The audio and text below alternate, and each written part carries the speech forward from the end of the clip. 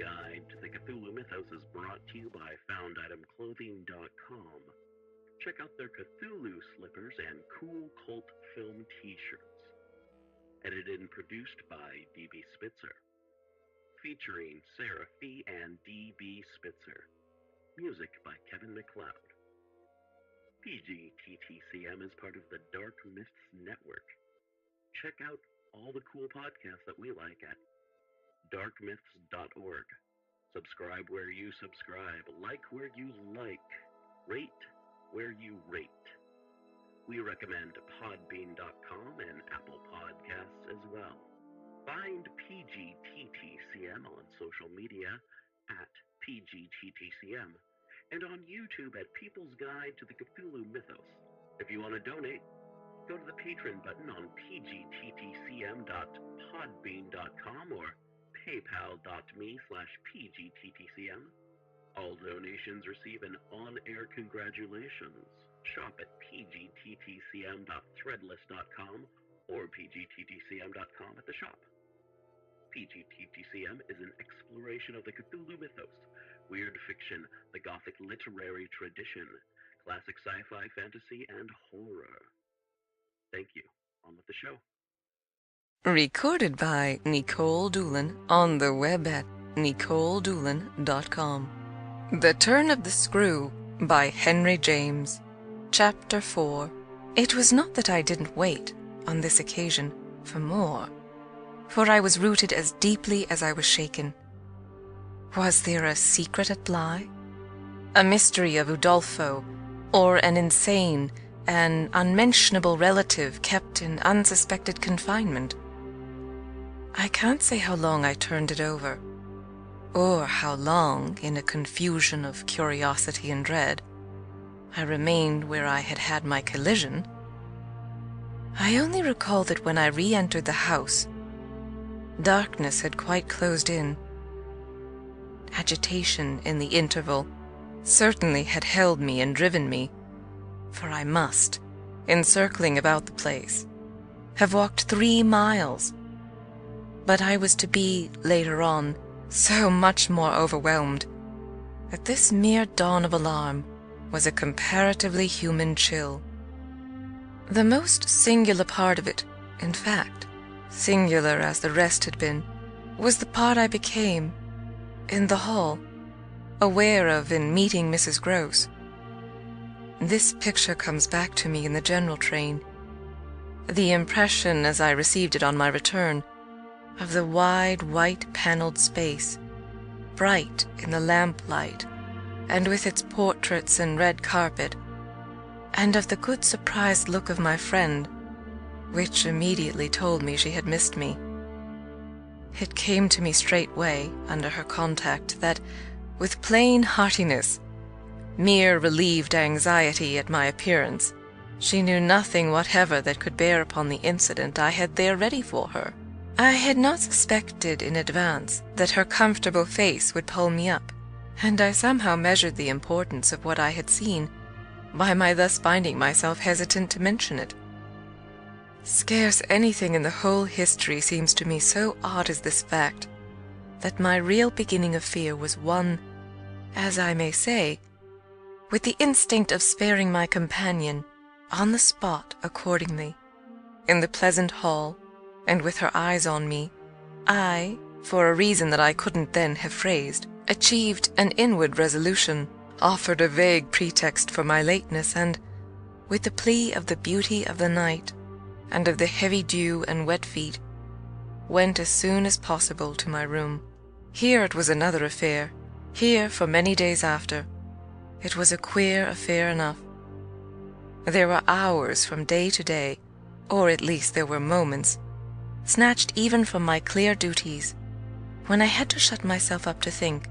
It was not so much yet that I was more nervous than I could bear to be, as that I was remarkably afraid of becoming so, that the truth I had now to turn over was, simply and clearly, the truth that I could arrive at no account whatever of the visitor with whom I had been so inexplicably and yet, as it seemed to me, so intimately concerned.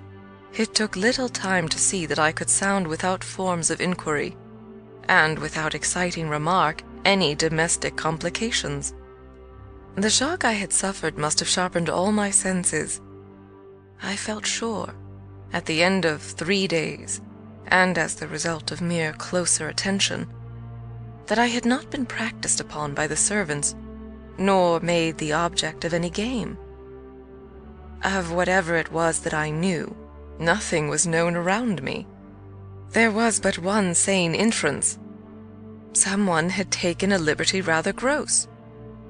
That was what, repeatedly, I dipped into my room and locked the door to say to myself. We had been, collectively, subject to an intrusion. Some unscrupulous traveler, curious in old houses, had made his way in unobserved, enjoyed the prospect from the best point of view, and then stolen out as he came. If he had given me such a bold, hard stare, that was but a part of his indiscretion. The good thing, after all, was that we should surely see no more of him. This was not so good a thing, I admit, as not to leave me to judge that what, essentially, made nothing else much, signify was simply my charming work. My charming work was just my life with Miles and Flora, and through nothing could I so like it as through feeling that I could throw myself into it in trouble. The attraction of my small charges was a constant joy, leading me to wonder afresh at the vanity of my original fears. The distaste I had begun by entertaining for the probable grey prose of my office. There was to be no grey prose, it appeared, and no long grind. So how could work not be charming that presented itself as daily beauty? It was all the romance of the nursery and the poetry of the schoolroom. I don't mean by this, of course, that we studied only fiction and verse. I mean I can express no otherwise the sort of interest my companions inspired. How can I describe that except by saying that instead of growing used to them, and it's a marvel for a governess, I call the sisterhood to witness, I made constant fresh discoveries. There was one direction, assuredly, in which these discoveries stopped. Deep obscurity continued to cover the region of the boy's conduct at school. It had been promptly given me, I have noted, to face that mystery without a pang. Perhaps even it would be nearer the truth to say that, without a word, he himself had cleared it up. He had made the whole charge absurd. My conclusion bloomed there with the real rose flush of his innocence. He was only too fine and fair for the little horrid, unclean school world, and he had paid a price for it. I reflected acutely that the sense of such differences, such superiorities of quality, always on the part of the majority, which could include even stupid, sordid headmasters, turn infallibly to the vindictive. Both the children had a gentleness. It was their only fault, and it never made Miles a muff, that kept them, how shall I express it, almost impersonal and certainly quite unpunishable. They were like the cherubs of the anecdote, who had, morally, at any rate, nothing to whack. I remember feeling with Miles in especial as if he had had, as it were, no history. We expect of a small child a scant one, but there was in this beautiful little boy something extraordinarily sensitive, yet extraordinarily happy, that more than in any creature of his age I have seen, struck me as beginning anew each day. He had never for a second suffered. I took this as a direct disproof of his having really been chastised. If he had been wicked, he would have caught it, and I should have caught it by the rebound. I should have found the trace. I found nothing at all, and he was therefore an angel. He never spoke of his school, never mentioned a comrade or a master, and I, for my part, was quite too much disgusted to allude to them. Of course, I was under the spell, and the wonderful part is that, even at that time, I perfectly knew I was. But I gave myself up to it. It was an antidote to any pain, and I had more pains than one. I was in receipt in these days of disturbing letters from home, where things were not going well. But with my children, what things in the world mattered? That was the question I used to put to my scrappy retirements. I was dazzled by their loveliness. There was a Sunday, to get on, when it rained with such force, and for so many hours, that there could be no procession to church, in consequence of which, as the day declined, I had arranged with Mrs. Gross that, should the evening show improvement, we would attend together the late service. The rain happily stopped, and I prepared for our walk, which, through the park and by the good road to the village, would be a matter of 20 minutes. Coming downstairs to meet my colleague in the hall, I remembered a pair of gloves that had required 3 stitches, and that had received them, with a publicity perhaps not edifying, while I sat with the children at their tea, served on Sundays, by exception, in that cold, clean temple of mahogany and brass, the grown-up dining room. The gloves had been dropped there, and I turned in to recover them. The day was grey enough, but the afternoon light still lingered, and it enabled me, on crossing the threshold, not only to recognize, on a chair near the wide window, then closed, the articles I wanted, but to become aware of a person on the other side of the window and looking straight in. One step into the room had sufficed. My vision was instantaneous. It was all there.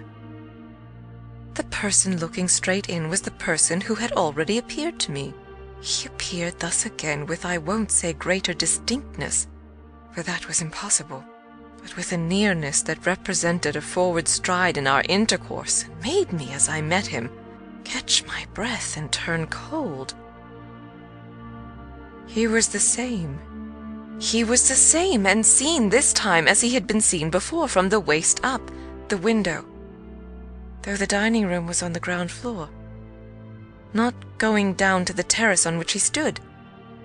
His face was close to the glass, yet the effect of this better view was strangely only to show me how intense the former had been.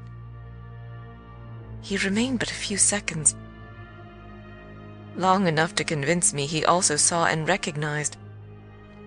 But it was as if I had been looking at him for years, and had known him always. Something, however, happened this time that had not happened before. His stare into my face, through the glass and across the room, was as deep and hard as then. But it quitted me for a moment, during which I could still watch it, see it fix successively several other things. On the spot there came to me the added shock of a certitude that it was not for me he had come there. He had come for someone else. The flash of this knowledge, for it was knowledge in the midst of dread, produced in me the most extraordinary effect. Started as I stood there, a sudden vibration of duty and courage. I say courage because I was beyond all doubt already far gone. I bounded straight out of the door again, reached that of the house, got, in an instant, upon the drive, and, passing along the terrace as fast as I could rush, turned a corner and came full in sight. But it was in sight of nothing now.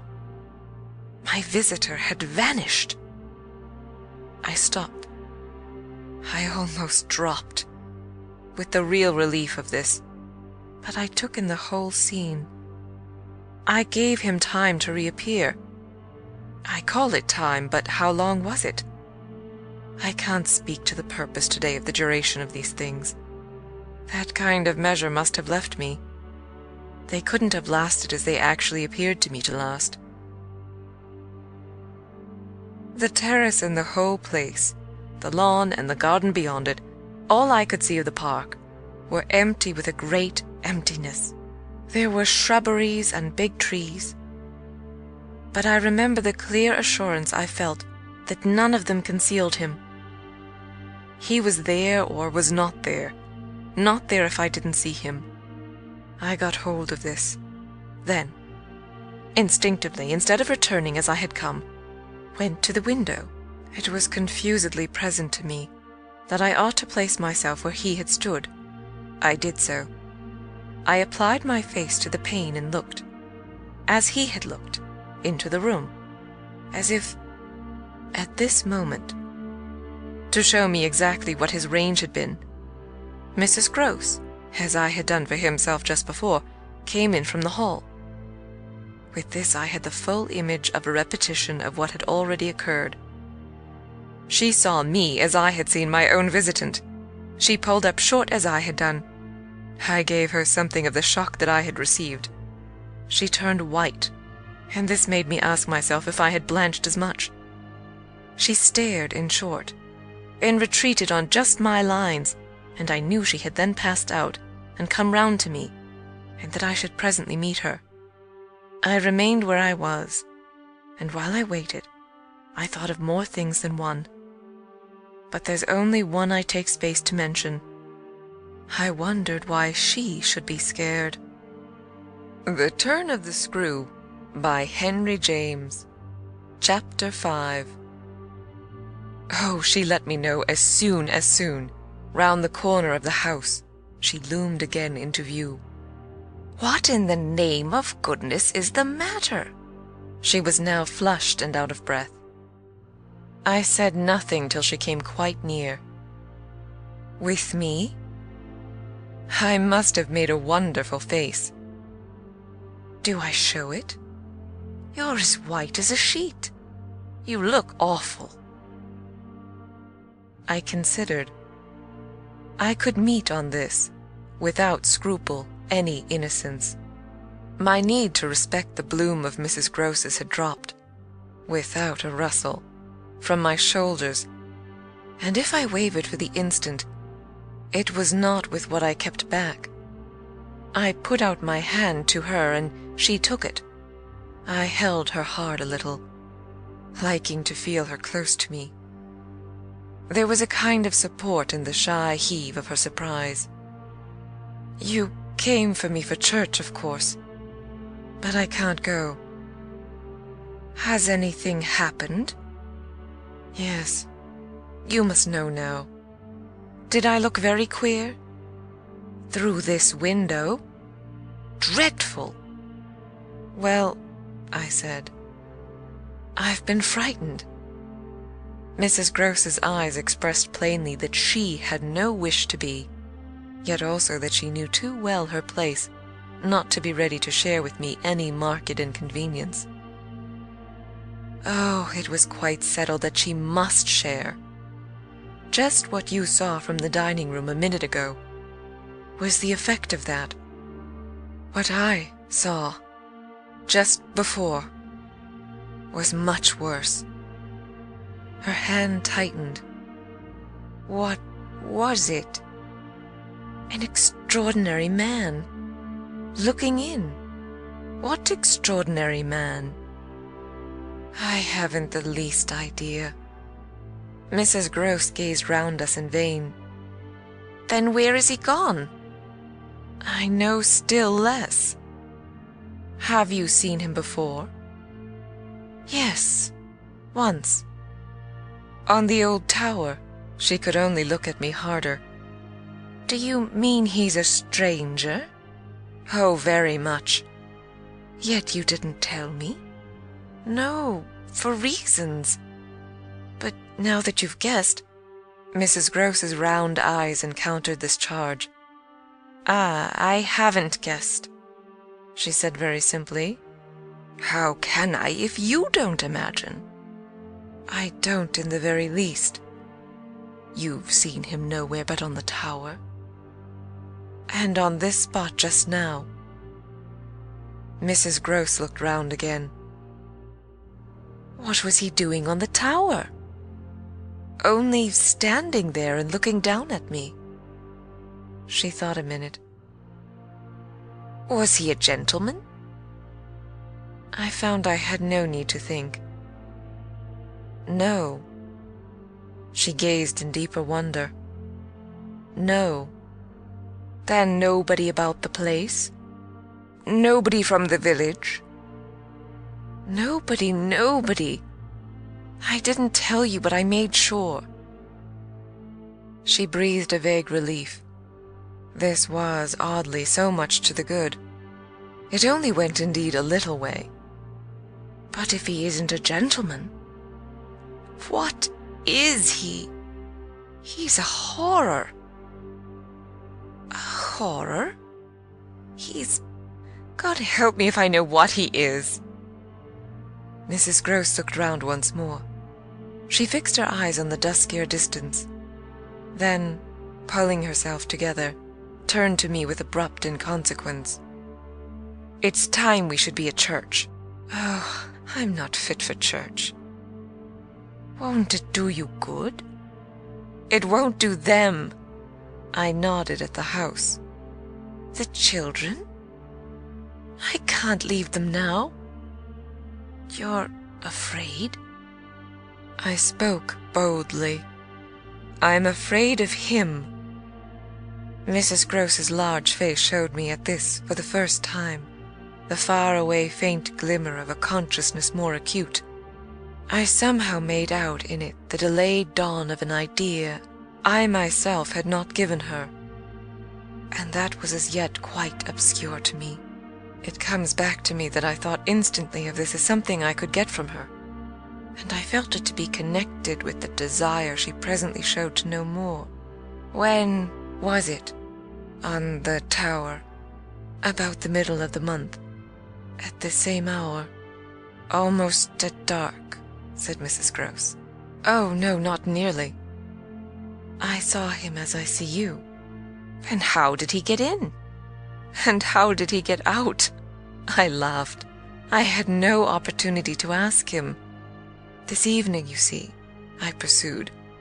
He has not been able to get in. He only peeps. I hope it will be confined to that. She had now let go of my hand. She turned away a little. I waited an instant. Then I brought out, Go to church. Goodbye. I must watch. Slowly she faced me again.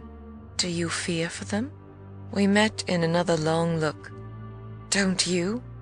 Instead of answering, she came nearer to the window and, for a minute, applied her face to the glass. You see how he could see, I meanwhile went on. She didn't move. How long was he here? Till I came out. I came to meet him. Mrs. Gross at last turned round, and there was still more in her face. I couldn't have come out. Neither could I laughed again. But I did come. I have my duty. So have I mine, she replied, after which she added, What is he like? I've been dying to tell you, but he's like nobody. Nobody? She echoed. He has no hat. Then, seeing in her face that she already in this, with a deeper dismay, found a touch of picture, I quickly added stroke to stroke. He has red hair, very red, close curling and a pale face, long in shape, with straight, good features and little, rather queer whiskers that are as red as his hair. His eyebrows are somehow darker. They look particularly arched and as if they might move a good deal. His eyes are sharp, strange, awfully. But I only know clearly that they're rather small and very fixed. His mouth's wide and his lips are thin, and except for his little whiskers, he's quite clean-shaven. He gives me a sort of sense of looking like an actor. An actor? It was impossible to resemble one less, at least, than Mrs. Gross at that moment. I've never seen one, but so I supposed them. He's tall, active, erect. I continued, but never a gentleman. My companion's face had blanched as I went on. Her round eyes started, and her mild mouth gaped. A gentleman? She gasped, confounded, stupefied. A gentleman, he? You know him, then? She visibly tried to hold herself. But he is handsome. I saw the way to help her. Remarkably. And dressed. In somebody's clothes. They're smart, but they're not his own. She broke into a breathless affirmative groan. They're the master's. I caught it up. You do know him. She faltered but a second. Quint, she cried. Quint? Peter Quint. His own man, his valet, when he was here. When the master was, gaping still but meeting me, she pieced it all together. He never wore his hat, but he did wear, well, there were waistcoats missed. They were both here last year. Then the master went, and Quint was alone. I followed, but halting a little. Alone? Alone with us. Then, as from a deeper depth, in charge, she added. And what became of him? She hung fire so long that I was still more mystified. He went too, she brought out at last. Went where? Her expression at this became extraordinary. God knows where. He died. Died? I almost shrieked. She seemed fairly to square herself, plant herself more firmly to utter the wonder of it. Yes, Mr. Quint is dead. End of Chapter 5. Recorded by Nikolle Doolin on the web at NikolleDoolin.com.